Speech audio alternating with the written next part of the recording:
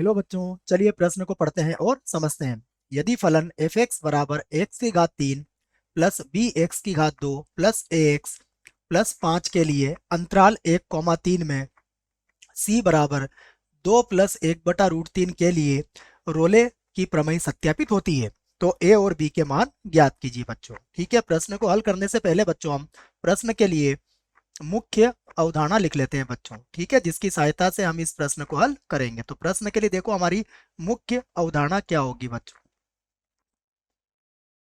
मुख्य अवधारणा में बच्चों हम रोले प्रमेय को समझेंगे। ठीक है बच्चों, तो देखो रोले प्रमेय क्या होता है बच्चों, ये भी हमें पता होना चाहिए। और रोले प्रमेय के जो प्रतिबंध हैं वो भी हमें बच्चों पता होना चाहिए। ठीक है, ये मुख्य मैं एक बार और लिख देता हूं बच्चों। ठीक है, तो अब देखिए रोले प्रमेय जो होता है बच्चों, उसके लिए हमें कोई फलन चाहिए। हम ये देख लेते हैं कि यदि हमारे पास कोई फलन है एफ एक्स और इसके संगत कोई अंतराल है ए कॉमा बी, संवृत अंतराल है बच्चों। ठीक है, तो देखो रोले प्रमेय के 3 प्रतिबंध होते हैं। पहला प्रतिबंध होता है एफ एक्स अंतराल ए कॉमा बी में क्या हो बच्चों, संतत हो, संतत हो। ठीक है, ये पहला प्रतिबंध है। दूसरा प्रतिबंध इसका एफ एक्स अंतराल ए कॉमा बी में, अंतराल ए कॉमा बी में क्या हो बच्चों, अवकलनीय हो।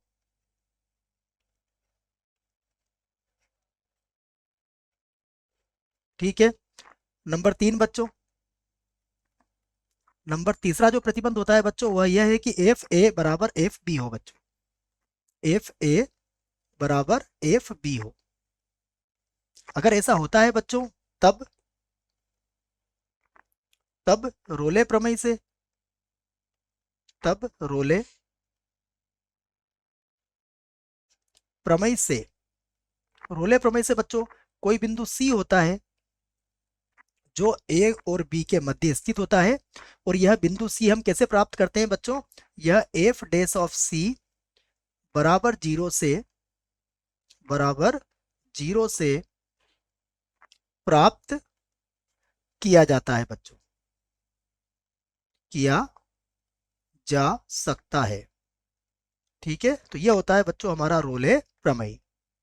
अब देखिए प्रश्न में जो दिया है हम उस फलन को लिख लेते हैं बच्चों। तो प्रश्न में हमें जो फलन दिया है वह क्या है, देखो हमारे पास है एफ एक्स बराबर एक्स की घात 3, उसके बाद है बी एक्स स्क्वायर, उसके बाद है ए एक्स और फिर है 5 बच्चों। और इसके संगत जो अंतराल दिया है वह क्या है बच्चों, अंतराल 1,3 है। ठीक है बच्चों, तो देखो हम एफ ऑफ ए और एफ ऑफ बी यहाँ पर बराबर कर सकते हैं। तो यहाँ पर हम क्या लिख सकते हैं बच्चों, तो देखो अतः हम ये कह सकते हैं कि एफ ऑफ ए का मान कितना है बच्चों, 1 है।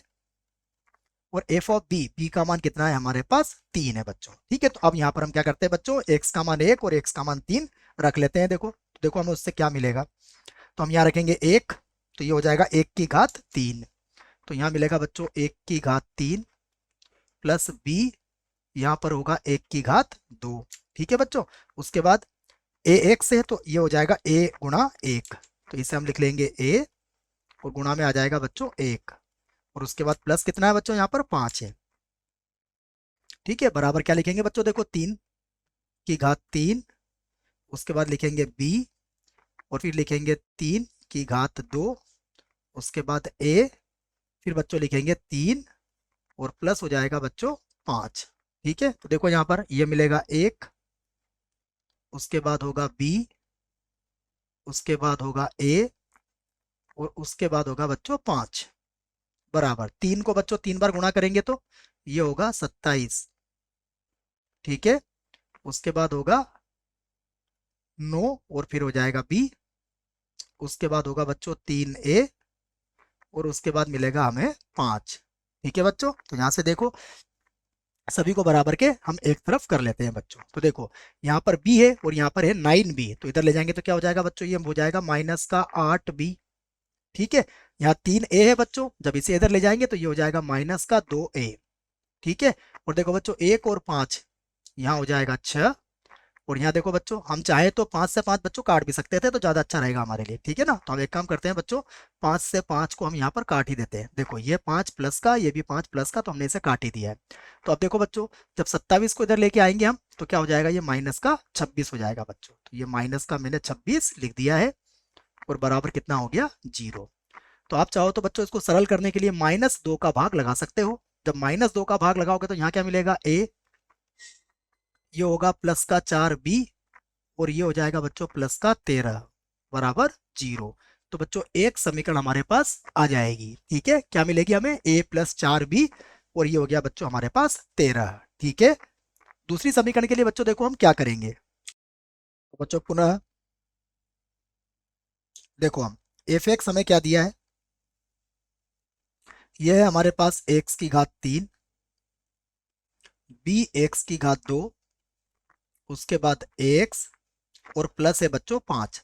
हम इसका एक्स के सापेक्ष अवकलन करेंगे, तो ये बनेगा एफ डेस एक्स बराबर, ये हो जाएगा 3 एक्स की घात 2, ये हो जाएगा 2b और x, और प्लस हो जाएगा बच्चों a, और 5 का अवकलन होगा 0, ठीक है बच्चों।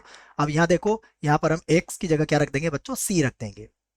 तो ये होगा एफ डेस सी बराबर हो जाएगा 3, ये बन जाएगा सी स्क्वायर, ये हो जाएगा 2b इंटू सी, और प्लस हो जाएगा बच्चों a। और रोले प्रमेय से बच्चों क्या होगा, एफ डेस ऑफ सी क्या हो जाएगा, 0 के बराबर। तो हम लिख सकते हैं रोले प्रमेय से, ठीक है बच्चों। देखो रोले प्रमेय से क्या होगा, रोले प्रमेय से एफ डेस सी बराबर हो जाएगा 0। तो यहाँ देखो, यहाँ पर है हमारे पास 3 सी की घात 2, फिर होगा 2b c प्लस होगा a, और ये बराबर हो जाएगा 0, ठीक है बच्चों। अब यहाँ हम c का मान रख सकते हैं।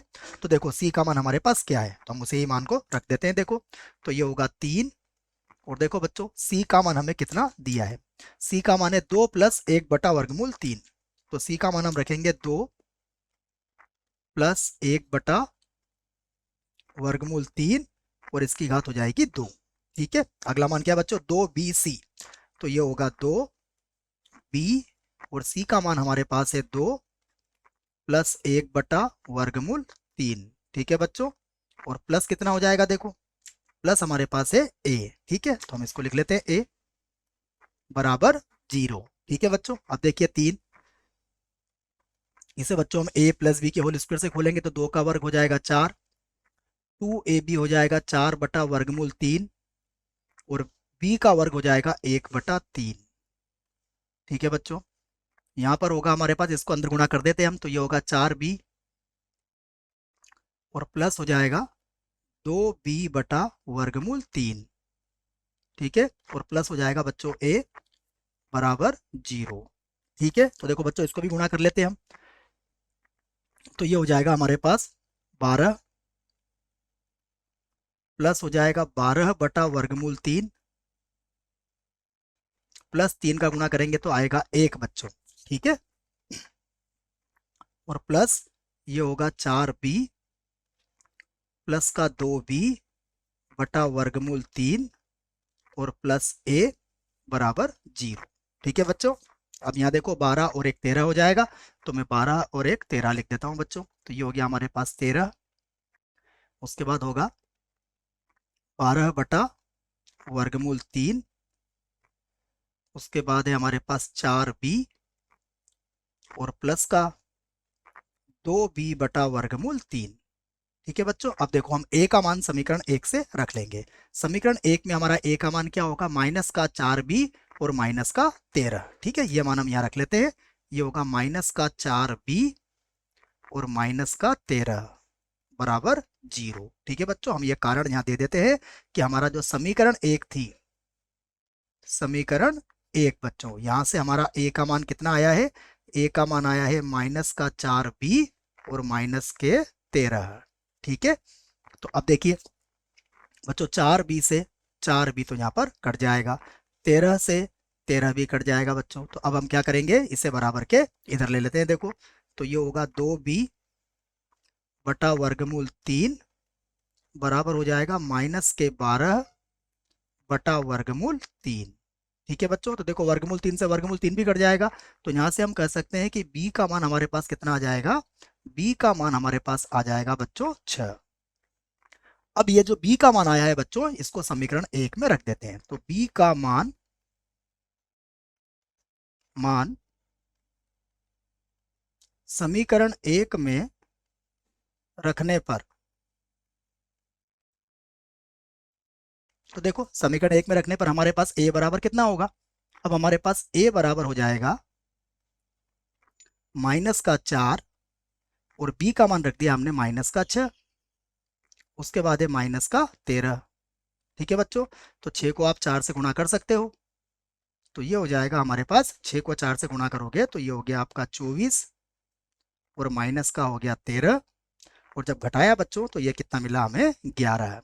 तो अब हमारे दोनों आंसर आ चुके हैं, तो हम लिख सकते हैं अतः a बराबर तो आया हमारे पास 11, और b बराबर आ चुका है हमारे पास 6। यही हमारे प्रश्न का उत्तर है बच्चों। -6 लिखना है यहाँ पर, ठीक है ना, क्योंकि ये माइनस का 6 था। मैं इसको एक बार और लिख देता हूँ, b बराबर -6 था, ठीक है ना बच्चों।